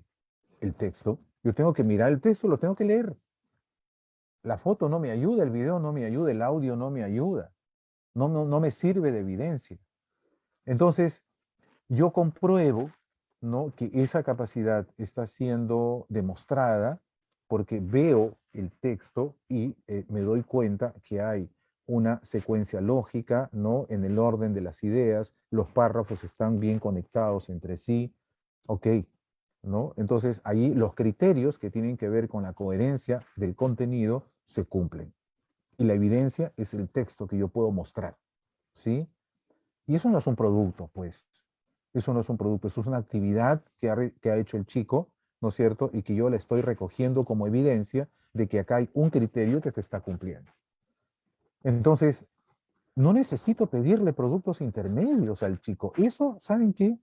Eso se podía entender en el contexto de la educación remota, porque como no lo podíamos ver trabajar, entonces el- claro, la administración le pedía al profesor, productos, no, evidencias de que tú estás trabajando, que no estás tirado en tu cama, durmiendo. Entonces, pedíamos a los chicos cualquier cosa para enseñar. No, mira, ve, yo sí estoy chambeando porque acá los chicos están haciendo esto, están haciendo el otro. Las competencias de los chicos se demuestran a lo largo del proceso. Y a lo largo del proceso se demuestran a través de las actividades que realizan.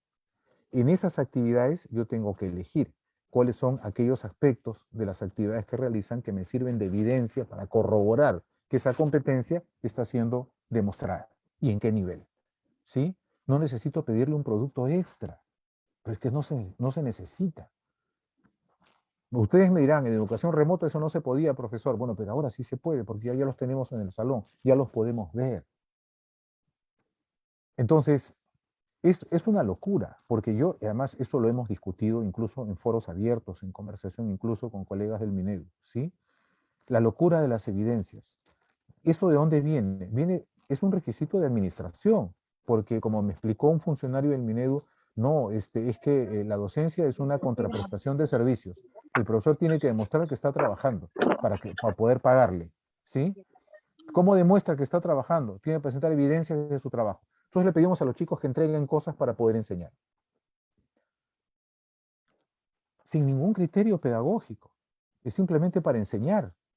Muchos colegas me han dicho, además, profesor, nosotros lo que calificamos son básicamente dos cosas, ¿no? Que ha estado conectado, ¿no? Que no ha estado ausente y que ha cumplido con la entrega de trabajos.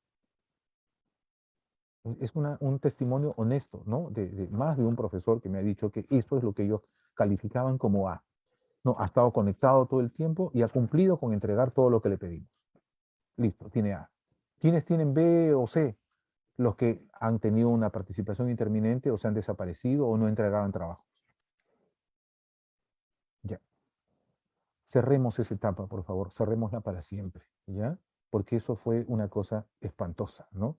Eso es ya es ahí lo que pesó fue el criterio administrativo, no el criterio pedagógico, ¿no? El profesor tiene que probar de que está trabajando. Entonces le pedían cosas a los chicos. Ya no estamos en ese escenario. Entonces, no hagamos trabajar a los chicos de más. ¿Queremos aburrir a los chicos? ¿Eso es lo que queremos? ¿Saben cuál es el problema que tenemos nosotros? Es que bueno, yo no les echo la culpa a los profesores porque el sistema obliga a eso. El profesor está más atento a las órdenes que recibe de arriba que a las necesidades que tienen sus chicos ahí abajo. ¿Sí? Las decisiones no las toma en función de lo que sus estudiantes necesitan, las toma en función de lo que le ordenan. Entonces, lo que está pasando con los estudiantes, eso es lo de menos. Como me decía ayer una colega, no, pero es que me han dicho que articule áreas y yo no le veo sentido lógico a meter más cosas de las que he puesto. Tú mete nomás, le decía que le decía a otra colega. No, mete nomás de cualquier forma, porque eso es lo que tiene que ver que estás articulando. Eh, Paremos esta locura, por el amor de Dios. Esto es una cosa, aquí está, los que están pagando los platos rotos de este sinsentido son los estudiantes.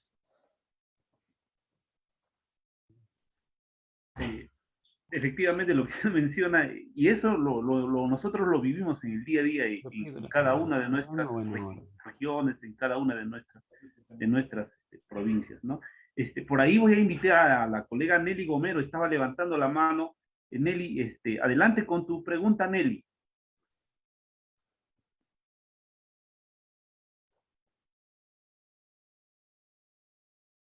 Nelly Gomero.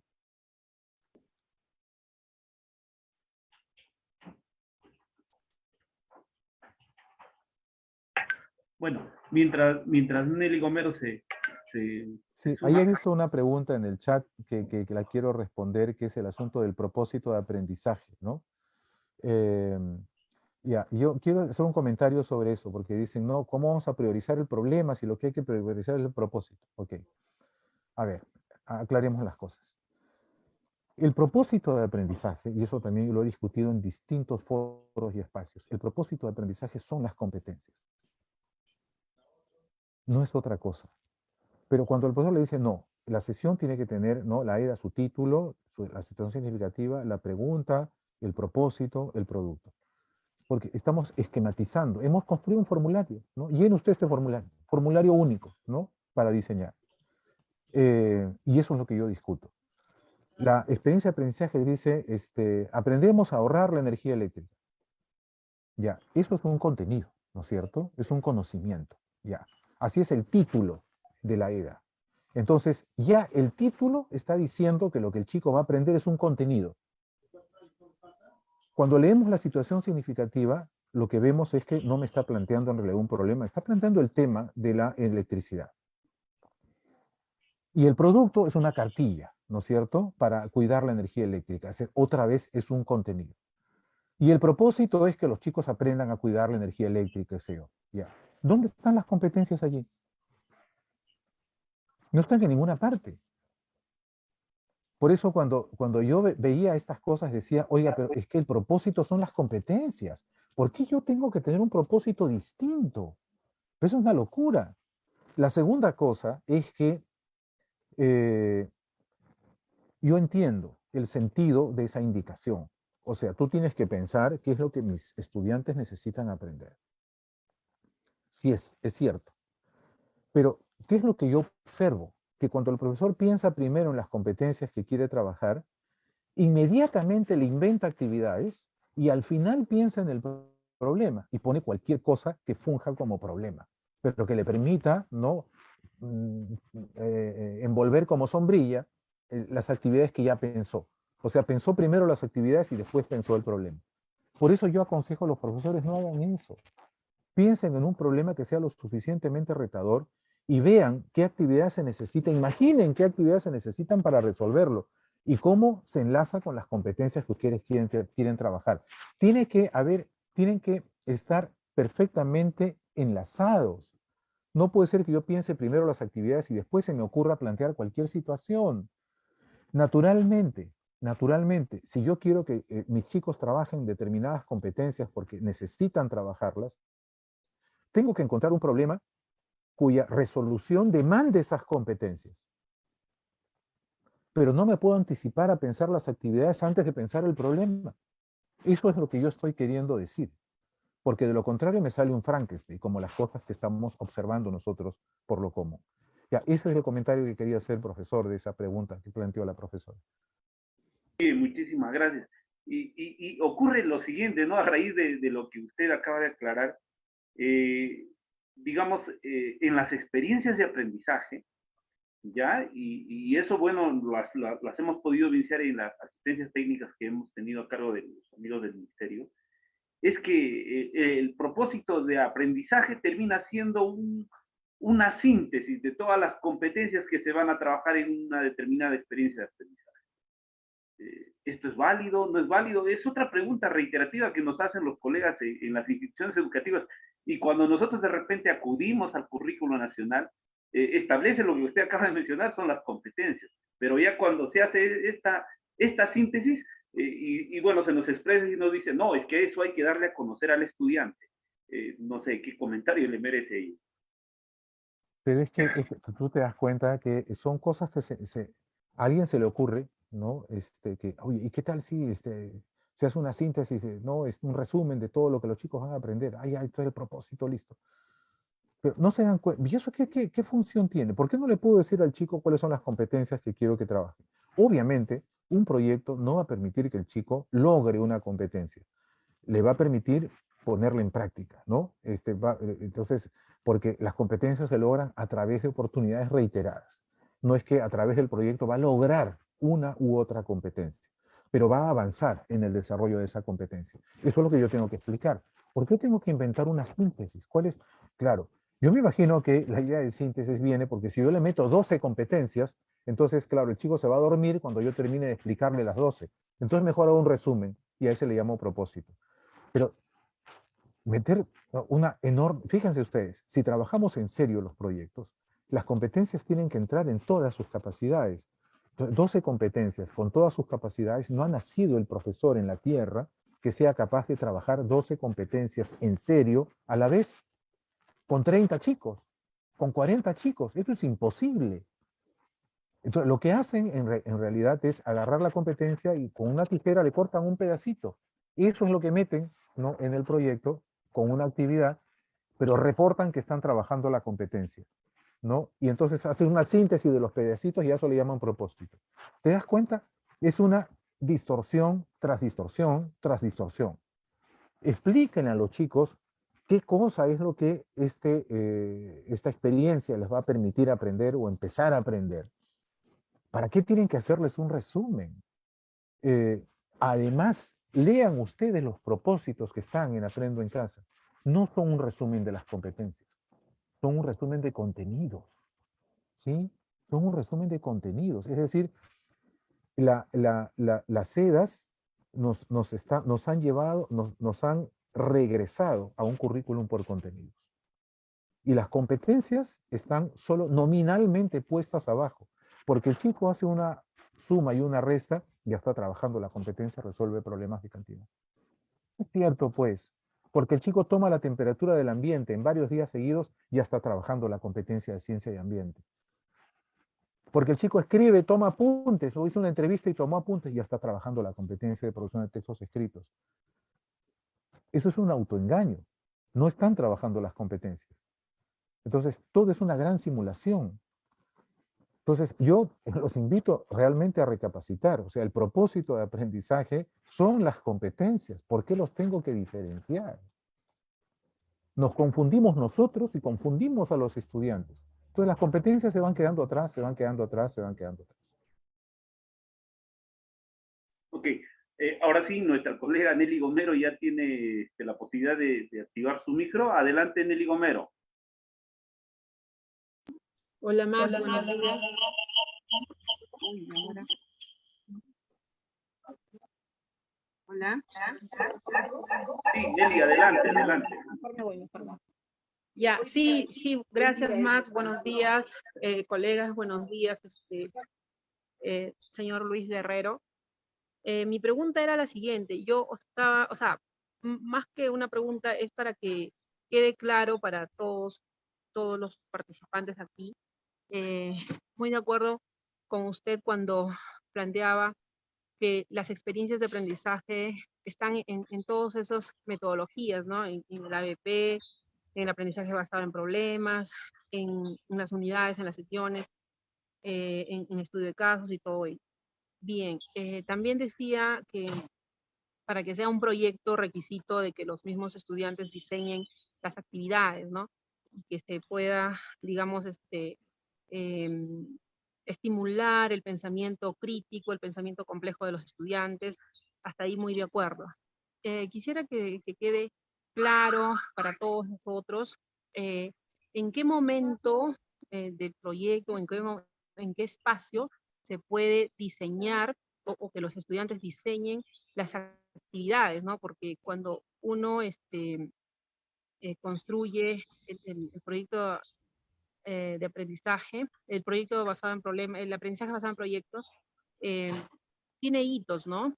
Tiene hitos, el lanzamiento, la investigación, hay varios pasos, ¿no? El momento de la ideación y todo eso. Entonces, eh, señor Luis Guerrero, quisiera que nos diga en qué momento es oportuno que los estudiantes diseñen las actividades de aprendizaje, si lo hace en combinación con el maestro, con el docente, tutor, o lo hace solo, eh, o sea, o traemos ya la propuesta y ellos van alineándose, van opinando, vamos escuchando su voz. ¿En qué momento hacemos eso, señor Luis Guerrero? Muchísimas gracias.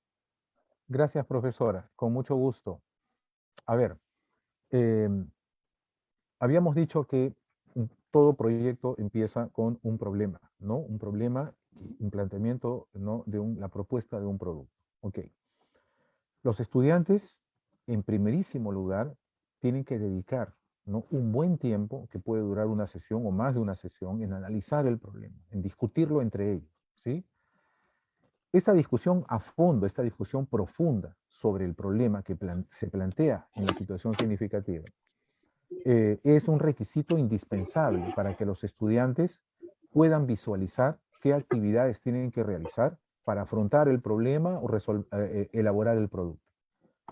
Y claro, los estudiantes van a hacerlo desde sus saberes previos, ¿no es cierto? Van a decir, bueno, yo creo esto, yo creo el otro, yo opino tal cosa, van a discutir, van a discrepar, van a concordar, van a llegar a conclusiones, van a construir consensos, que van a ser consensos, como decía John Dewey, ¿no es cierto? A comienzos del siglo XX, es la primera comprensión que los estudiantes van a construir entre ellos sobre el problema que les ha planteado el profesor. En base a esa primera comprensión, los estudiantes van a pasar a la segunda fase, que es hacer su plan de trabajo. Y entonces ahí van a imaginar qué actividades van a hacer.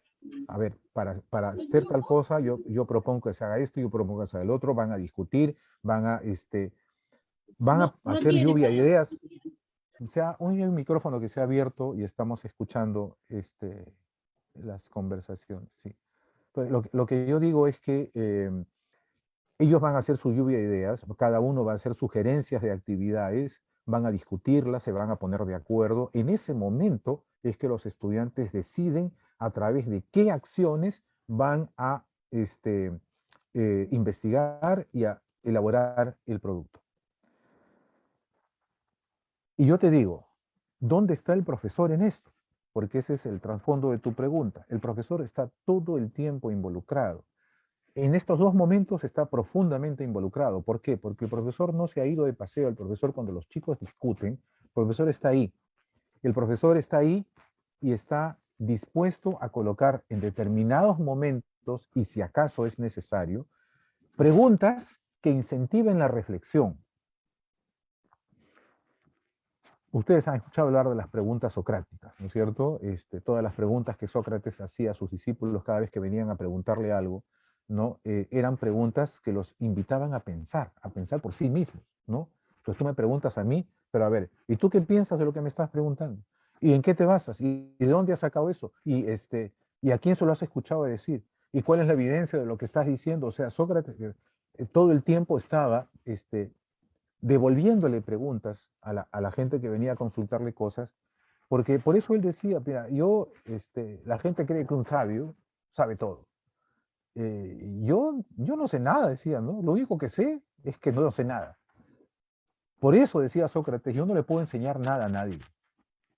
Lo único que puedo hacer es hacerlos pensar.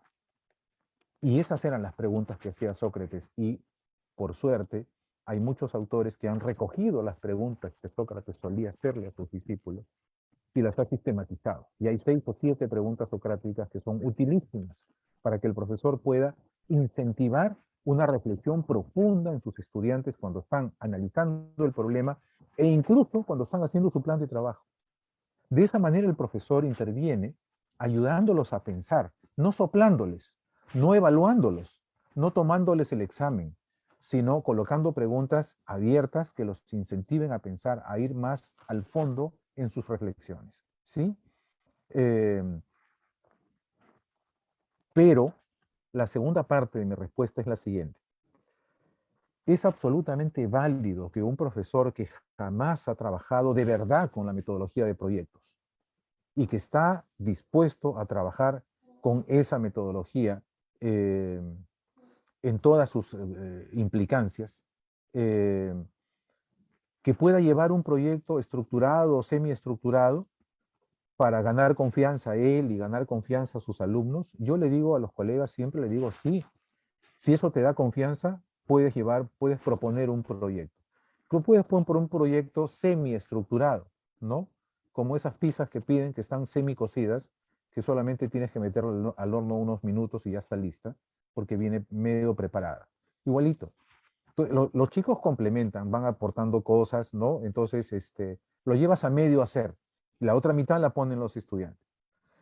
Y estás ahí, porque estás familiarizándote tú y familiarizando a tus alumnos con la metodología. Pero insisto, es como montar bicicleta. Al comienzo tú agarras la bicicleta, pero eres perfectamente consciente que eso es un momento, luego los vas a soltar. ¿Se va a caer? Claro que se va a caer. Se va a golpear, y duro, y va a llorar, pero se va a parar y se va a montar nuevamente en la bicicleta. Entonces, en una siguiente ocasión, ya tú no llevas el proyecto estructurado, sino que le sueltas la pita, para que sean ellos los que, sin la ayuda del profesor, puedan hacer el proyecto completo. Entonces, de esa manera, tú vas introduciendo esta metodología. Pueden haber profesores que no necesiten hacer esto, profesores que son, bueno, más mandados, más arriesgados, digan, no, de frente yo me mando a ver, yo les voy a proponer. Los voy a orientar en los momentos del proyecto, pero no les voy a proponer ninguna actividad, voy a dejar que ellos las hagan, a ver qué sale. Eso también es válido. Cada uno tiene que ir viendo cuál es el estilo con el que introduce la metodología. Pero tiene que llegar el momento en que los chicos la hagan solos, ¿sí? Y como te digo, la presencia del profesor es activa, no es protagónica, no lo es, pero sí es muy activa. Está todo el tiempo acompañando y retroalimentando el proceso. Muy bien. En realidad, maestro Luis Guerrero Ortiz nos ayuda en ganar mucha claridad. En realidad, en nuestra responsabilidad y en el rol de especialistas en la región Ancash, lo que usted nos ha compartido hoy día nos invita a retomar realmente aquello que plantea el currículo nacional como fuente principal, ¿no? Me parece que en el trayecto, quiero entender así, se han generado interpretaciones no adecuadas de lo que se quiere decir en el currículo nacional. Y eso ha llevado a una confusión en estos 2 años de pandemia, en realidad a que también nosotros de repente estemos llevando el mensaje de manera no adecuada. Entonces, el día de hoy, de verdad, una reunión muy potente. Expresarle el agradecimiento por esta jornada muy potente, muy interesante. Hemos tenido la oportunidad de grabar este espacio y lo vamos a seguir compartiendo porque de ello se trata, ¿no? De que también nosotros en nuestros territorios ganemos claridad. Así que si quisiera expresarnos algunas palabras, le cedo el uso de la palabra. Gracias, profesor Max. Sí, dos cositas quería decirles, además de agradecerles por esta oportunidad de dialogar sobre este tema con ustedes. La primera es, acuérdense ustedes que nosotros cuestionamos a nuestros congresistas porque sacan leyes sin haber leído la Constitución, ¿no? Y entonces decimos, oye, pero esta ley, el Tribunal Constitucional se la baja cada rato porque, claro, y les decimos, oye, tú eres legislador, pues tienes que leer la Constitución, ¿cómo vas a producir leyes que están en contra de la Carta Magna? La primera obligación del legislador es conocer la Constitución, porque es en ese marco que tiene que producir las leyes. Bueno, lo mismo podríamos decir de nosotros, ¿sí? Nosotros necesitamos leer el currículo. No podemos nosotros diseñar experiencias de aprendizaje sin haber leído el currículo. ¿Cuál debe ser nuestra fuente principal para tomar decisiones pedagógicas? Y me van a disculpar, pero la fuente principal no pueden ser las normas, tiene que ser el currículo y tienen que ser, por favor, retomemos nuestros libros de pedagogía y démonos cuenta cuando a veces las normas toman el camino equivocado. La gente que hace las normas son seres humanos, no son los científicos de la NASA ni son marcianos, son seres humanos como nosotros, que pueden tomar decisiones equivocadas, ¿sí? Llevados por la prisa o por una serie de por presiones, por una serie de circunstancias. Entonces a veces salen normas que tú dices, bueno, pero y esto no tiene que ver con el currículum, acá se han quinceado. Yo tuve también una oportunidad con colegas de especialistas en una región nororiental y conversábamos de este tema también de proyectos. Y yo les decía, ustedes son región, ustedes pueden pisar su pelota, ustedes pueden decir, oigan, pero miren, vamos despacio, ¿ya? Yo, esto de acá, no lo voy a hacer exactamente porque aquí estamos tomando otras decisiones. Estamos trabajando en función del currículum, estamos trabajando con el enfoque del currículum y esto de acá no aplica en nuestro caso. el tema de los horarios, ¿no? O sea, no, pero es que los horarios dicen que en primaria, ¿no? A tal hora toca una cosa, a tal hora no puedo hacer proyectos. Pero esa flexibilidad se puede tomar, esa decisión se puede tomar en la región. Que organicen su plan de estudio con libertad. ¿Por qué tienen que sujetarse a un horario rígido? Eso no es compatible con un enfoque por competencias. Entonces, pisen su pelota, ¿no? Y tengan más confianza en las decisiones que toman en función de sus propias necesidades. Eso es lo que yo les diría. Y la segunda recomendación que les haría es formen comunidades profesionales de aprendizaje en sus instituciones educativas. Ayúdense entre ustedes, porque esto es un reto complejo para todos, yo lo sé. Tenemos encima una tradición muy fuerte y un peso, ¿no? Del sistema de arriba abajo que es poderoso. Entonces, para poder manejarnos con eso, necesitamos trabajar juntos. Hay un mundial de fútbol donde los futbolistas de Brasil salían a la cancha agarrados de la mano. A mí me encantó ese gesto, ¿sí? Y entonces el entrenador dijo que ellos salían a la cancha agarrados de la mano porque querían demostrar que eran un equipo, ¿sí? Y que se necesitaban todos y que ahí no habían estrellas. Entonces, eso es lo que yo creo que tenemos que hacer nosotros en las instituciones, el trabajar de la mano estas cosas porque son complejas y lo que uno no entendió, de repente el otro colega sí. Y si un colega está ansioso y preocupado por una cosa, el otro lo puede tranquilizar y nos vamos entendiendo mejor y vamos haciendo mejor las cosas. Bueno, muchísimas gracias una vez más y les deseo el mayor de los éxitos. En realidad, muchísimas gracias también a usted.